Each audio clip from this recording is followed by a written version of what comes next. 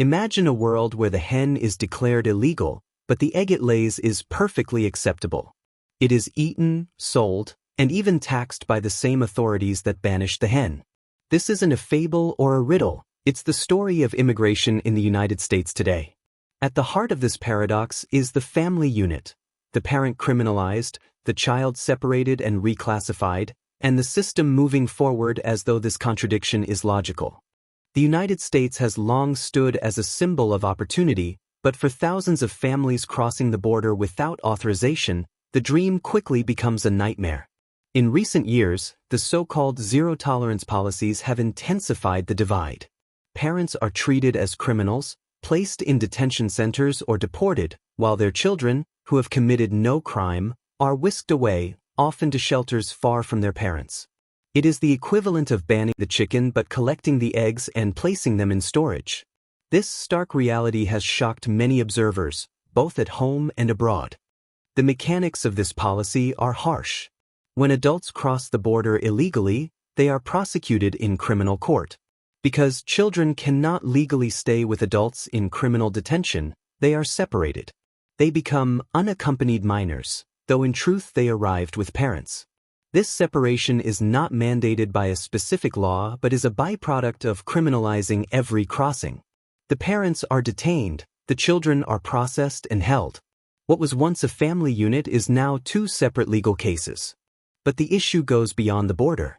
Forceful separations of deportees from their U.S.-born children have also occurred. Documented cases show U.S. citizen children being deported with their mothers under duress, sometimes after families were misled into attending immigration check-ins disguised as family wellness checks. These meetings, presented as routine, became traps. Families were detained unexpectedly, sometimes without legal counsel present. Mothers have been escorted to planes with their American-born children in tow, not because the children were undocumented, but because no safe alternative was offered. These actions have taken place since at least 2009 and continue to cause profound harm. Child development experts warn that the trauma of sudden separations can have lifelong effects, anxiety, depression, and a loss of trust in systems meant to protect them. The financial cost is also significant. Families lose homes, jobs, and savings, while the U.S. economy spends heavily on detention, deportation, and foster care. In some cases, the deportations themselves have lacked due process. Families and their attorneys report being denied access or given little warning. Hearings, if they occur, are rushed. For the parent, there's no chance to make a case. For the child, there's no voice at all. The result is a quiet kind of devastation, a family scattered, a child's sense of safety fractured, and a system that moves on without looking back. Between 2017 and 2019, more than 5,500 children were separated from their parents at the border, but numbers tell only part of the story. Each figure is a life, a memory, a bond interrupted. Imagine being a child in a strange country, in a shelter with strangers, wondering why your mother or father has vanished. Doctors and psychologists have described this as a trauma with lifelong consequences. The analogy of the hen and egg highlights a contradiction. The parent is prosecuted, detained, or deported. They are the hen, considered unfit or illegal. The child, however, is not charged with a crime. They are the egg, innocent, vulnerable, and ironically under the care of the very system that removed them. The government becomes both the jailer and the caretaker. To the public, this can seem like a strange kind of logic. The bird is banished, but its offspring are sheltered.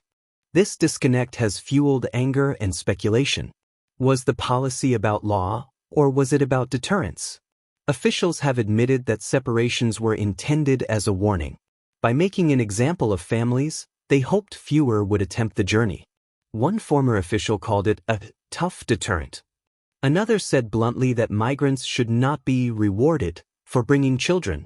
In their calculus, separating a parent from a child was a price worth paying to reduce migration numbers. But deterrence is only one side of the coin. The other side is politics, and here the waters grow murkier. Immigration has always been an emotional topic, often used to rally support or stir fear. Some political voices have pushed conspiracy theories, suggesting that migration is part of a deliberate attempt to change America's identity. Fringe commentators talk about a so-called replacement of citizens, a narrative that turns vulnerable families into symbols of threat. The sight of children behind chain-link fences becomes a stage for arguments about sovereignty and security. At the farthest edges, these theories grow wild. Some have claimed that migrant families are linked to criminal cartels, or even to dark rituals.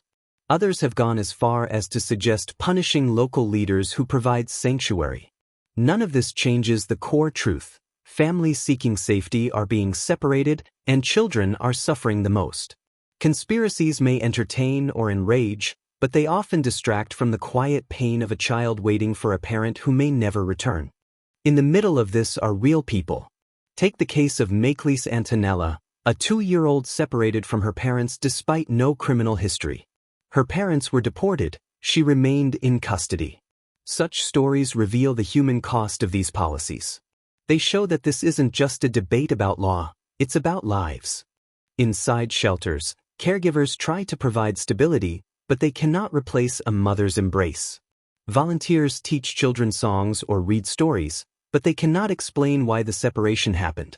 These children learn new words quickly, words like court date, detention, and caseworker. Their childhood is interrupted, and for some, that interruption lasts years.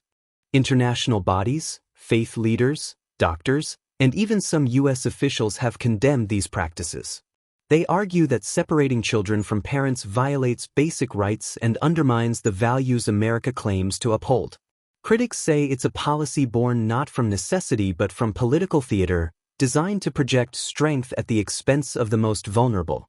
The double standard persists because it is convenient. It allows the system to punish adults while appearing to care for children. The parent is removed, but the child becomes the responsibility of the state. It's a legal maneuver that creates an illusion of order while causing chaos in the lives of families. The hen and egg metaphor remains powerful because it is simple. It asks why a nation can criminalize a mother but shelter her child, why the same system that says you do not belong also says your offspring are under our care. It challenges the narrative of justice. If the egg matters to us, then surely so does the hen. When history looks back on these years, it may ask hard questions. Did security require the breaking of families? Did law demand that mothers and fathers be cast away while their children were counted and catalogued? Or was it fear and politics that turned people into problems and love into evidence? Families should not be reduced to symbols. They are not chickens and eggs, they are human beings. They laugh, cry, hope, and dream like everyone else. They are not puzzles to be solved or numbers to be managed. They are parents and children, and the bond between them is sacred. If this story opened your eyes, hit like, share it with someone who needs to hear it, and subscribe for more powerful stories that uncover the truth behind the headlines.